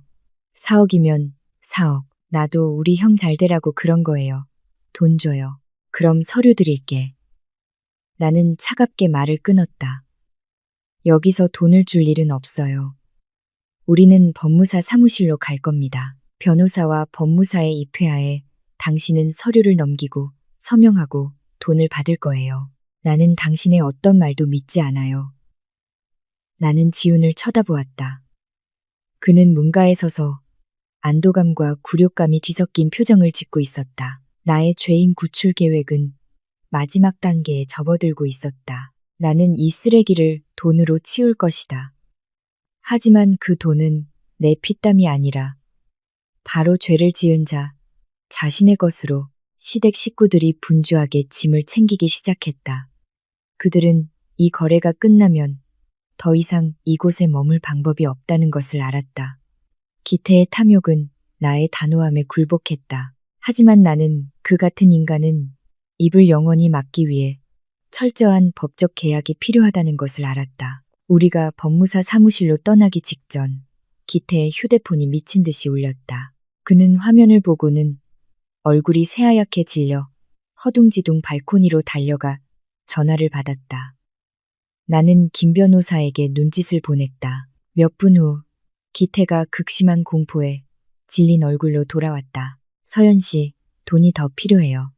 5억, 지금 당장 5억이 필요해요. 그놈들이 지금 오피스텔 로비에 와 있어요. 오늘 당장 도박 빚을 갚지 않으면 그놈들이 나를 가만두지 않을 거예요. 나는 비웃으며 익명의 제보자에게서 받은 문자를 기태에게 보여주었다. 어젯밤 축구 도박에서 진 빚 때문에 찾아온 사채업자들 말하는 거죠. 내가 모를 줄 알았어요? 당신의 마지막 히든카드가 새로운 빚더미였다니. 똑똑히 들어요. 나는 약속한 대로 정확히 4억만 줄 거예요. 동의하지 않으면 당신 혼자 로비로 내려가서 그들과 마주해요. 그들이 당신 목숨을 가져가든 아니면 당신이 쥐고 있는 그 쓰레기 같은 서류 뭉치를 가져가든 알아서 하라고. 기태는 온몸을 떨며 내 앞에 무릎을 꿇고 애원했다. 형수님, 제발요. 이번 한 번만 더 살려주세요. 약속할게요. 당장 여기서 떠나서 다시는 돌아오지 않을게요. 형수님처럼 부자한테 1억은 아무것도 아니잖아요. 시어머니도 달려와 내 다리를 붙잡고 울부짖었다. 서연아, 내가 빌게 우리 기태 좀 살려줘. 내 남편 동생인데 사람들이 걔를 때려 죽이게 내버려 둘 거야? 나는 그녀의 손을 뿌리치며 단호하게 말했다. 어머님 막내 아들을 똑바로 보세요. 형을 협박하고 그 돈을 도박에 쏟아붓고 이제는 그 어리석음의 대가를 며느리더러 치르라고요. 저는 은행도 아니고 파렴치한들의 구세주도 아니에요. 4억 단 한 푼도 더는 없어요. 기태 씨, 선택해요. 계약서에 서명하고 빚 갚을 돈을 받든가 아니면 빈손으로 사채업자들을 만나든가. 기태는 문 밖을 쳐다보고 내 핸드백을 쳐다봤다. 그는 더 이상 물러설 곳이 없다는 것을 알았다. 그는 이를 갈며 쉰 목소리로 말했다. 좋아요. 갑시다. 전부 넘겨줄게요. 우리는 집을 나섰다. 나래와 기태의 아내도 풀이 죽어 캐리어를 끌고 뒤를 따랐다. 1502호는 마침내 본래의 고요함을 되찾기 시작했다. 나는 이 비참한 무리를 이끌고 모든 문제의 종착지로 향했다. 나는 기태의 도박 빚이라는 카드가 모든 것을 예상보다 빨리 끝낼 열쇠라는 것을 알았다. 핏빛 빚에 막다른 길로 몰린 자는 더 이상 흥정할 정신이 없을 테니까. 법무사 사무실의 차갑고 엄숙한 분위기는 시어머니를 완전히 무너뜨렸다. 그녀는 대기 의자에 몸을 웅크리고 앉아 항상 자랑스러워했던 막내 아들이 떨리는 손으로 법적 합의서에 서명하는 것을 지켜보았다. 김 변호사는 기태가 내놓은 모든 서류 원본, 증빙 서류부터 협박 녹음 파일이 담긴 메모리 카드까지를 꼼꼼하게 확인했다. 모든 것이 정확하고 완전하다는 것이 확인되자 나는 중고차 매입 업체, 회계 담당자에게 기태의 계좌로 4억 원을 즉시 이체하라고 신호를 보냈다. 휴대폰에 입금 알림이 뜨자 기태는 벌떡 일어섰다. 인사 한마디 없이 그는 마치 귀신에게 쫓기는 사람처럼 사무실을 뛰쳐나갔다. 그의 아내도 시부모와 시누이를 버려둔 채 허둥지둥 그 뒤를 따랐다. 시어머니는 막내 아들의 뒷모습을 보며 눈물을 흘렸다. 기태야, 부모를 버리고 그렇게 가는 거니? 돈만 받고 너 혼자 도망가는 거야? 그녀는 지훈을 보았다가 나를 보았다. 눈에는 당혹감과 씁쓸함이 가득했다. 서연아, 나는 몰랐어. 기태가 자기 형이랑 부모한테 이렇게까지 할 줄은 몰랐어. 그동안 계속 나를 속였어. 사업에 실패해서 지훈이가 도와줘야 한다고 해서 나는 내가 나쁜 사람인 줄 알았어. 내가 인색해서 기태 편만 들었는데 내가 틀렸어. 정말 내가 틀렸어. 나는 그녀를 보며 아무런 희열도 느끼지 못했다. 그저 끝없는 슬픔만이 밀려왔다.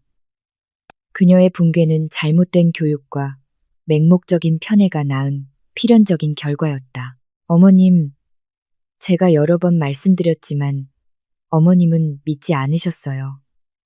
어머님은 오직 기태 씨의 달콤한 말만 믿으셨죠.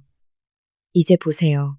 돈이 생기자마자 그가 가장 먼저 버린 사람은 바로 부모님이에요. 지훈 씨는 어머님과 아버님 때문에 빚을 지고 범법자가 되었어요.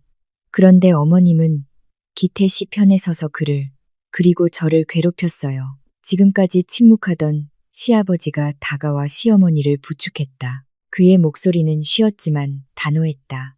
여보, 그만해. 이만큼 망신당했으면 됐어. 고향으로 돌아갑시다. 우리는 더 이상 이 도시에 얼굴을 들고 다닐 수 없어. 지훈아, 너도 정신 차려라. 서연이가 이번에 너를 구해준 건 우리 집안의 큰 복이야. 다시는 실망시키지 마라. 나래는 옆에서 고개를 푹 숙이고 있었다.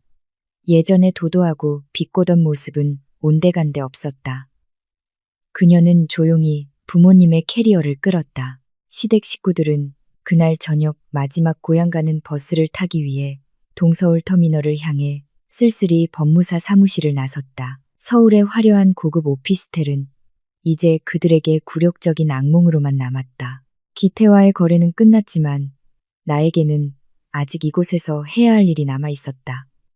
나는 지훈에게 나와 변호사 맞은편에 앉으라고 했다. 그리고 또 다른 계약서를 꺼냈다.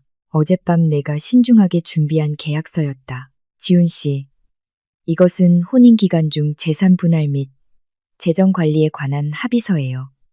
이에 따라 1502호의 모든 소유권은 제 단독 명의로 이전됩니다. 당신은 거주할 권리는 있지만 더 이상 등기부등본에 이름이 오르지 않을 거예요.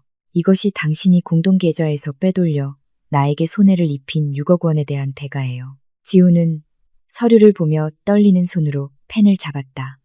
그는 조금의 망설임이나 반항도 없었다. 그는 나의 개입이 없었다면 지금쯤 회사에 고소당하거나 기태에게 평생을 뜯겼을 것이라는 사실을 잘 알고 있었다. 서명할게. 네가 원하는 대로 해.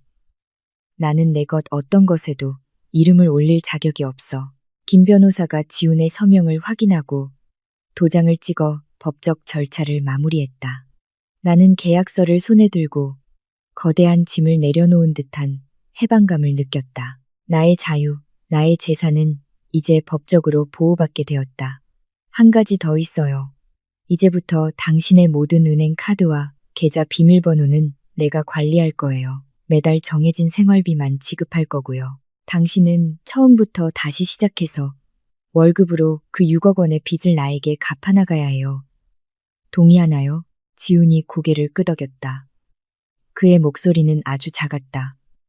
동의해. 지금 당장 이혼하지 않아줘서 고마워. 나는 그를 보며 미래에 대한 어떤 약속도 하지 않았다. 내가 그를 구한 것이 용서했다는 의미는 아니었다. 한번 깨진 신뢰는 원래대로 붙이기 어렵다. 나는 그의 후회가 진심인지 아니면 일시적인 두려움인지 지켜볼 시간이 필요했다. 오늘 법무사 사무실에서의 거래는 단지 돈이나 집에 관한 것이 아니었다. 그것은 우리 관계의 새로운 규칙에 관한 것이었다. 이 순간부터 나는 더 이상 그의 뒤에 서 있는 아내가 아니었다. 나는 내 인생의 운전대를 잡은 사람이었다. 나와 지우는 해가 저물었을 때 아파트로 돌아왔다.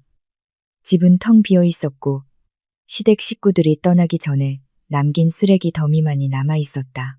지난 며칠간의 기름 냄새, 담배 연기, 그리고 답답함이 여전히 공기 중에 떠도는 듯했다. 나는 모든 창문을 활짝 열어 강바람이 들어오게 하여 그 음산한 기운을 몰아냈다. 지우는 조용히 빗자루와 걸레를 들고 거실 청소를 시작했다.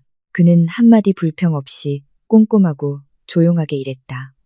동생이 남긴 과자, 껍질과 담배꽁초를 하나하나 줍는 그의 구부정한 등을 보니 나약한 한 인간의 삶이 서글펐다. 그의 가족은 떠났지만 그들이 남긴 대가는 내가 그토록 공들여 쌓아 올린 가정의 붕괴였다. 부엌에 들어가니 싱크대에 더러운 그릇들이 그대로 쌓여 있었다.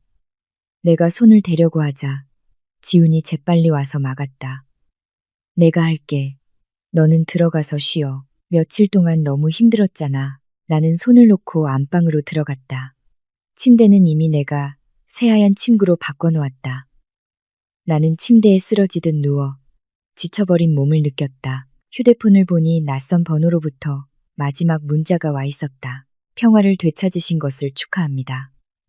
저는 예전에 강지훈 씨 밑에서 일했던 사람으로 모든 것을 지켜봤습니다. 당신처럼 좋은 사람이 속는 것을 보고 싶지 않았습니다.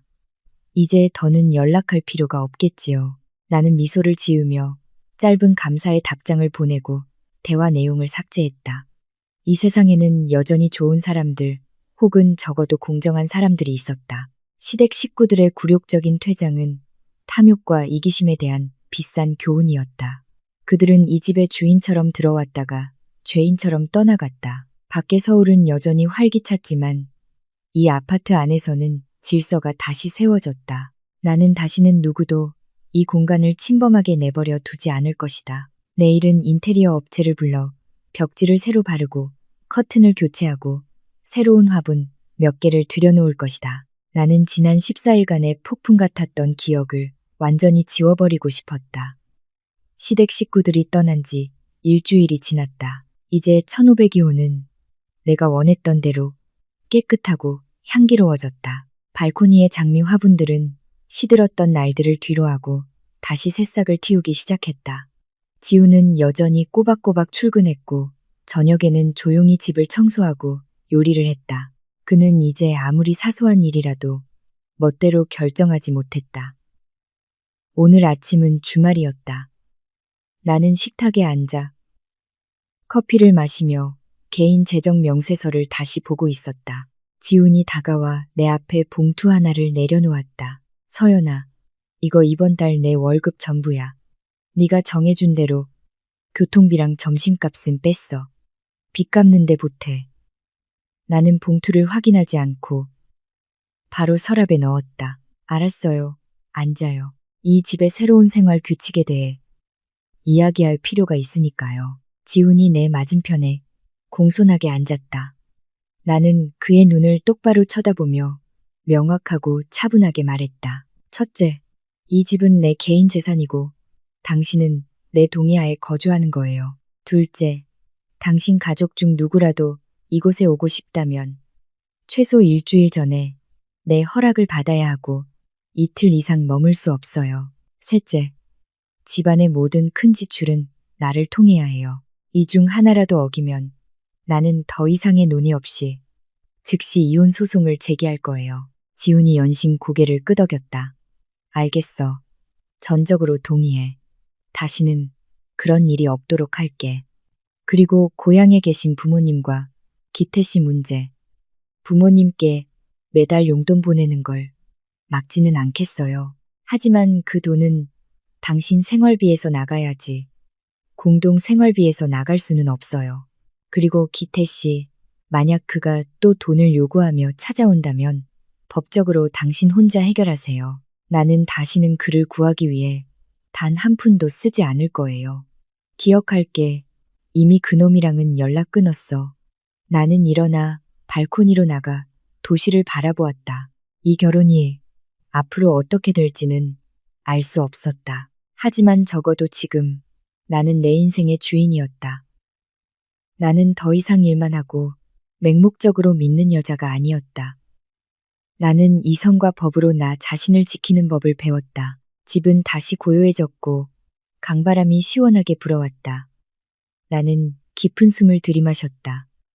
마음이 한결 가벼워졌다. 새로운 게임의 법칙은 세워졌고 그곳에서 저울을 쥔 사람은 나였다.